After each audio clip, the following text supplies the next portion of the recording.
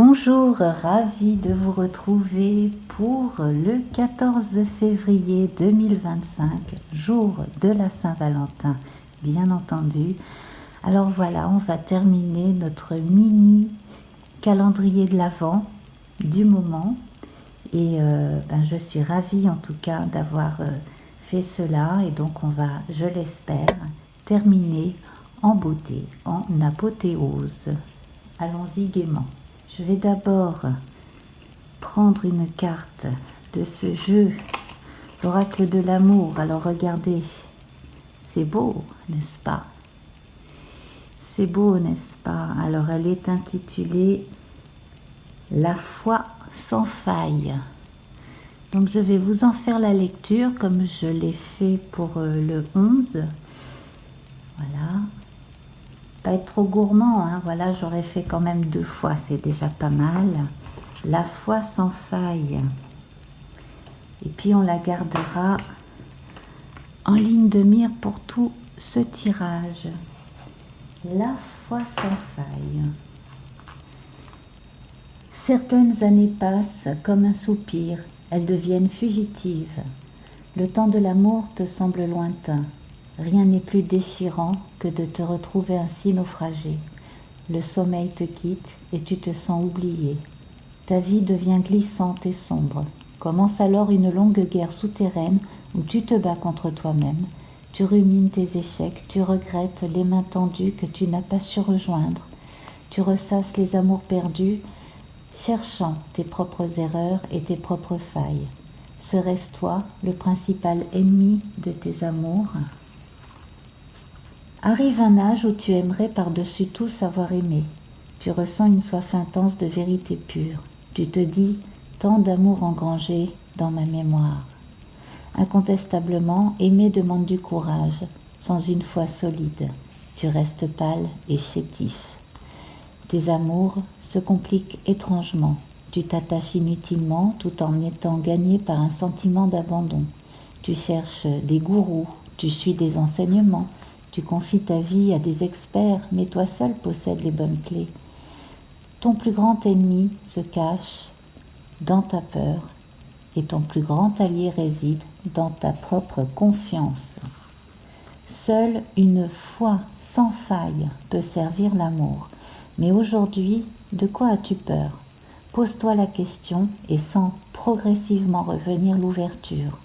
En entrant dans l'expérience de l'amour avec un esprit ouvert et en t'appliquant à mieux t'estimer toi-même, un fluide affectueux vient embrasser ta vie tout entière.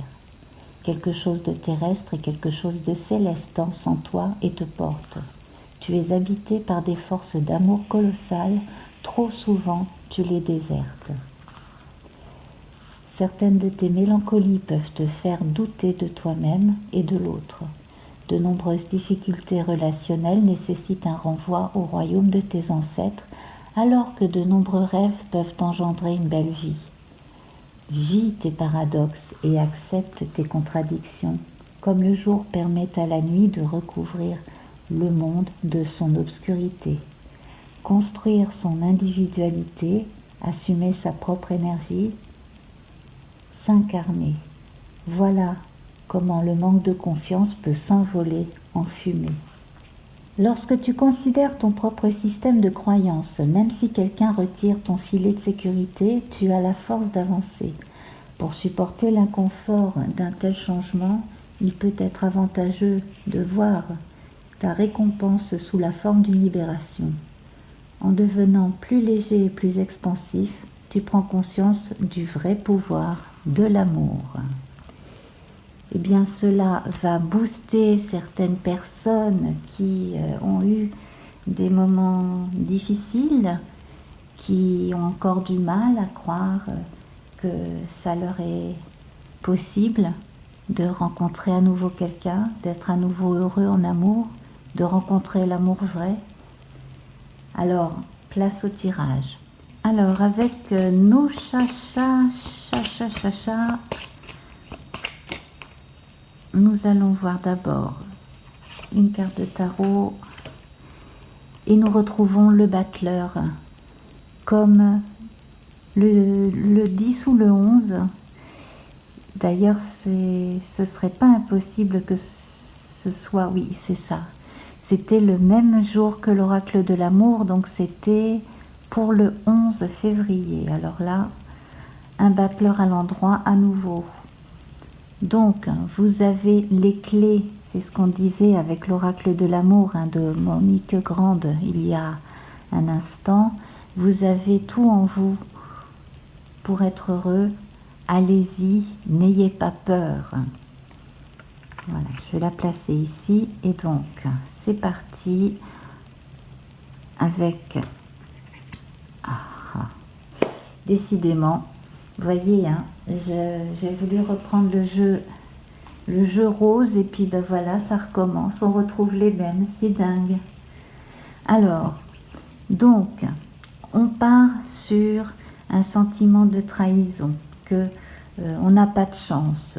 Voilà, là j'ai encore des gens, alors soit les mêmes qui regardent depuis le début et puis qui veulent toujours pas y croire, soit de nouvelles personnes qui regardent, mais effectivement là j'ai cette thématique de l'échec par le sentiment d'être malchanceux, d'avoir été trahi par les autres, par l'autre, voilà. Donc, aide-toi et le ciel t'aidera. On va partir sur ce principe-là. Je vais recouvrir cette carte et là nous avons l'équilibre. Bon, ça me rappelle une carte que on a eue dans le jeu de Yagel Didier pour le 13 février, l'équilibre. Voilà, un équilibriste, un jongleur ici et une balance. Apprenez à négocier, apprenez aussi à ne pas tout donner et à demander une contrepartie. Ne vous laissez plus marcher sur les pieds. Parce que se laisser marcher sur les pieds et pleurer après, ça ne fait avancer à rien. C'est trop tard. Allez, c'est parti. Haut les cœurs. 1, 2, 3, 4. La légèreté, voilà. Vous n'avez rien à perdre. Allez-y. Allez vers les autres. Soyez ouverts d'esprit. Et surtout, ne restez pas sur les échecs. 1, 2, 3, 4. Essayez de penser à autre chose. Là encore, on a une danseuse, vous voyez. On nous parle de souplesse. Laissez les autres être comme ils sont. Laissez-les avec leur grandiloquence ou leur bassesse. Soyez vous-même et arrêtez de penser que les autres sont ceci ou sont cela. Concentrez-vous juste sur vous pour être bien. 1, 2, 3, 4. Ici, nous avons la sensualité. Ah, alors là, ça augure de quelque chose de chouette. Quand je vous dis regardez autour de vous, essayez de faire baisser la pression. Il y a de la rencontre dans l'air. Et je vous encourage à réécouter de façon régulière le texte du début. Là, la chance ici.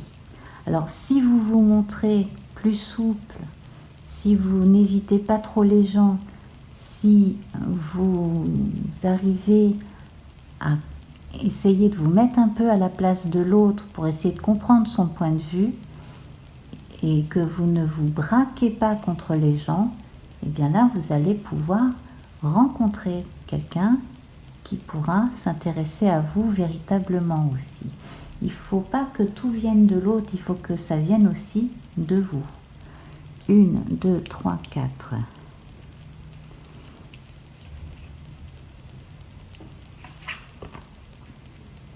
Alors ici, nous avons la durée.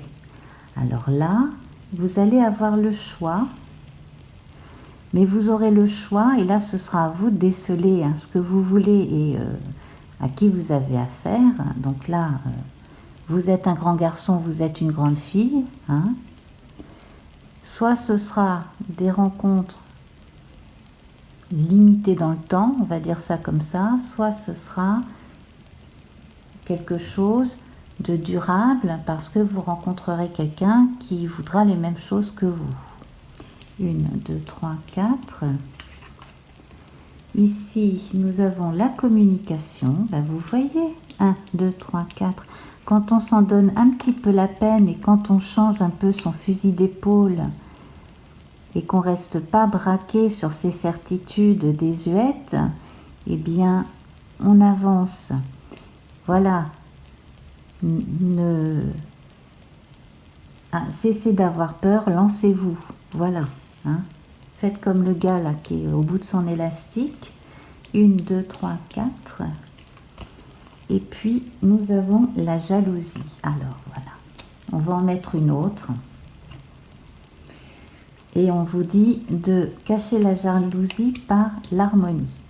Là, j'ai vraiment l'impression de m'adresser à des gens qui sont, excusez-moi du terme, hein, mais tellement braqués sur leur certitude qu'ils n'ont pas de chance. Quand je dis il, c'est neutre, hein, c'est il ou elle. Hein. Pas de chance.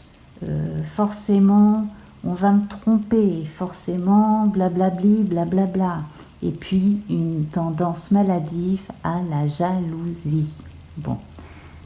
À partir du moment où vous trouverez votre propre harmonie intérieure et vous vous donnerez l'autorisation d'y croire, cela ira mieux.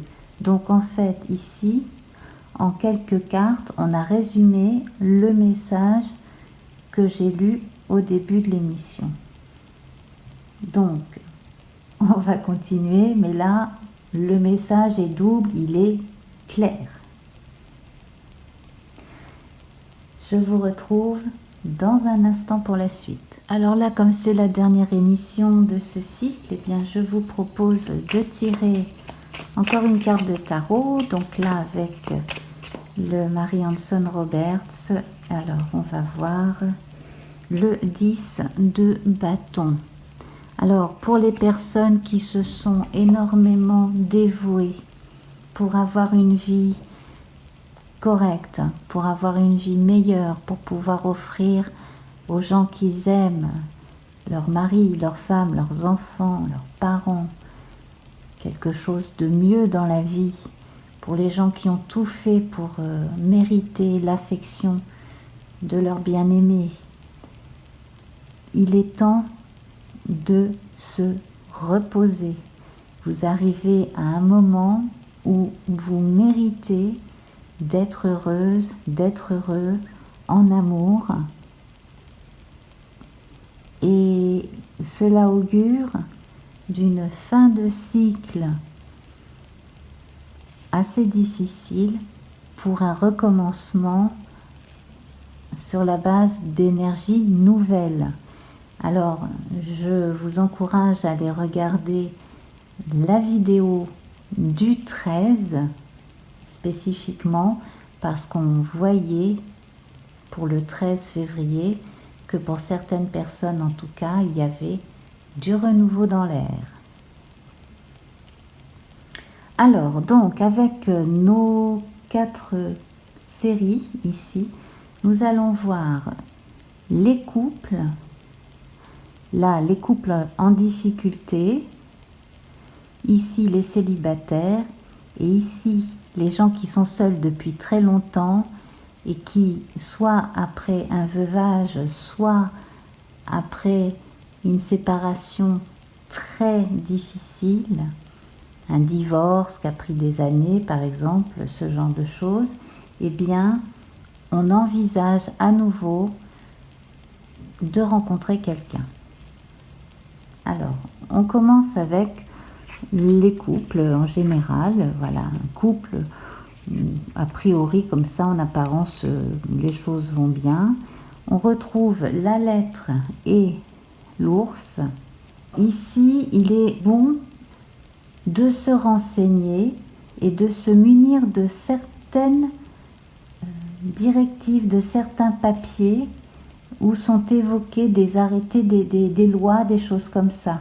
Donc là, je pense en fait que la dynamique de certains couples est dans l'agrandissement du patrimoine familial. Donc là, ça va être une période où on va beaucoup se rassurer avec le matériel.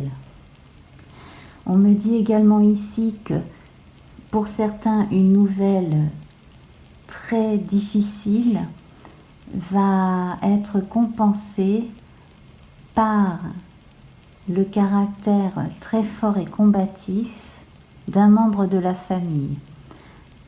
Quel que soit le type de nouvelle, ça peut concerner n'importe quel sujet de votre vie, ça peut vous concerner vous ou votre conjoint, mais en tout cas, vous allez faire front ensemble, quoi qu'il arrive.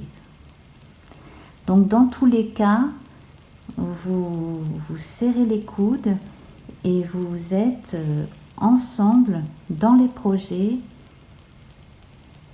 dans le premier cas dans les projets, et puis dans le second cas, là on se défend contre l'adversité. Donc on sent une solidité et ce sera le dernier palier difficile, je pense, pour ces couples-là, puisqu'ici on a cette carte qui montre qu'on est proche d'un renouveau et bien entendu les bâtons ici sont bourgeonnants, donc on devrait avoir de très très beaux résultats dans peu de temps. Alors pour les couples qui ont des problèmes dans leur couple sur le plan sentimental, à cause d'un tiers, à cause d'un triangle amoureux, à cause d'autres circonstances. Alors nous avons le fouet et la boussole. Alors ici on sent une trahison qui pour certains est tellement ancienne qu'elle vous a marqué au fer rouge et elle vous a déboussolé il y a déjà longtemps. Pour d'autres, c'est une trahison ressentie plus récemment qui vous fait perdre confiance en vous, qui vous a fait perdre vos repères, et ça a touché quelque chose de tellement sensible en vous, de tellement intime, que je dirais presque que ça en est scandaleux. C'est pardonnez-moi le terme, mais c'est vraiment de faire ça à quelqu'un. Voilà. C'est dégoûtant de faire ça à quelqu'un. Et vous avez été tellement marqué qu'on peut comprendre que vous ayez du mal à avoir la foi. Alors, je vais en tirer une autre. Et ici, nous avons les oiseaux. Alors, dans ces cas-là, tournez-vous vers un thérapeute, mais pas n'importe quel thérapeute, pas un coach, machin truc, non. Allez voir un psychologue ou un psychiatre ou un psychothérapeute, mais à très bonne réputation, qui soit spécialisé dans ce genre de blessures. Sur le plan narcissique, vous avez été blessé, mais vous avez été blessé au-delà de... Voilà, pour certains. Donc là, ne demandez pas conseil à vos proches. En revanche, renseignez-vous pour savoir où vous pouvez trouver de l'aide d'un spécialiste ici, quel que soit le problème dans le couple. On va passer à présent aux célibataires. On retrouve, décidément, c'est pas la première fois, on retrouve le lys et la nouvelle Donc on a la messagère ici qui vous apporte un magnifique bouquet de lys. Et là, on a une grande forme de sensualité qui apparaît, non seulement dans le personnage, mais aussi par la représentation, la symbolique de ces fleurs. Et donc ici, il est grandement possible que deux personnes qui se rencontrent aient un écart d'âge. Ça, c'est une possibilité. On peut avoir entre 10 et 20 ans d'écart. À partir du moment où tout le monde est majeur et vacciné et consentant, tout va bien. Hein, on est bien d'accord là-dessus. D'accord. Et puis, à côté de ça, une grande appétence, chez vous ou chez l'autre, pour certains arts, certains types de musique, certaines façons de travailler avec la caméra de cinéma, caméra vidéo, vous voyez, et de composer des choses, éventuellement, oui, certaines sonorités, des choses comme ça, et des formes poétiques. Il ne serait pas étonnant, en fait, de trouver chez quelqu'un parmi vous eh bien, un avant-gardiste ou une avant-gardiste en matière d'art à partir de la thématique amoureuse et pourquoi pas de la rencontre. Voilà.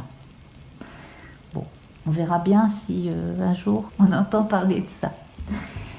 Bref, en tout cas, si ça vous parle, dites-le moi en commentaire.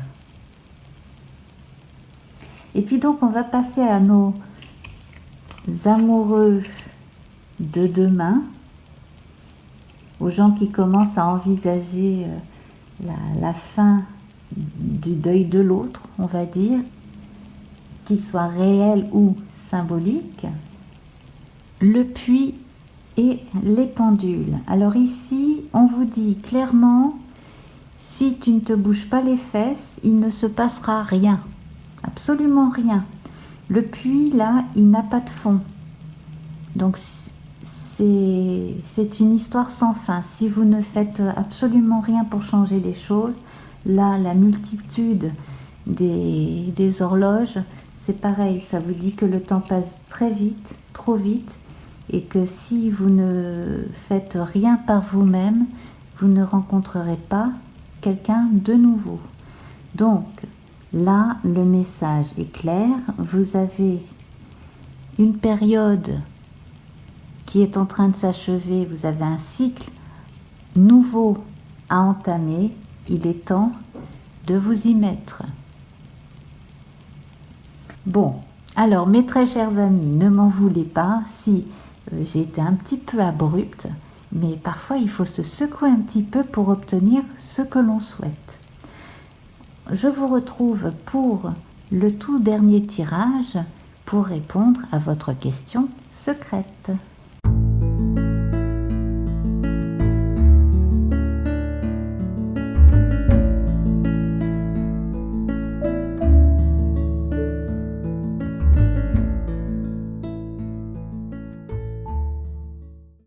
Et pour cette dernière, nous retrouvons les cartes de Tony Carmine et Salerno, mais les grandes cette fois-ci, c'est l'oracle cœur et âme. Alors, toujours avec nos coquillages d'eau de mer, coquillages d'eau de rivière ici. Donc, j'approche le coquillage pour que vous le voyez, voilà. Et puis ici, nous avons le coquillage de bord de Seine en région parisienne. Voilà. Et ici, on est quelque part dans l'ouest, le nord-ouest, l'ouest de la France. Allez, c'est parti. Donc, choisissez. Pour répondre à votre question secrète, vous avez choisi le coquillage de mer. Alors on vous dit Vous êtes une œuvre d'art vivante, un être éternel des plus sacrés, un champ multidimensionnel d'énergie sans commencement ni fin. Vous êtes une île flottante de conscience immergée dans la mer cosmique de l'amour. Vivez le rêve, osez être extraordinaire. Bon, on reste dans la thématique.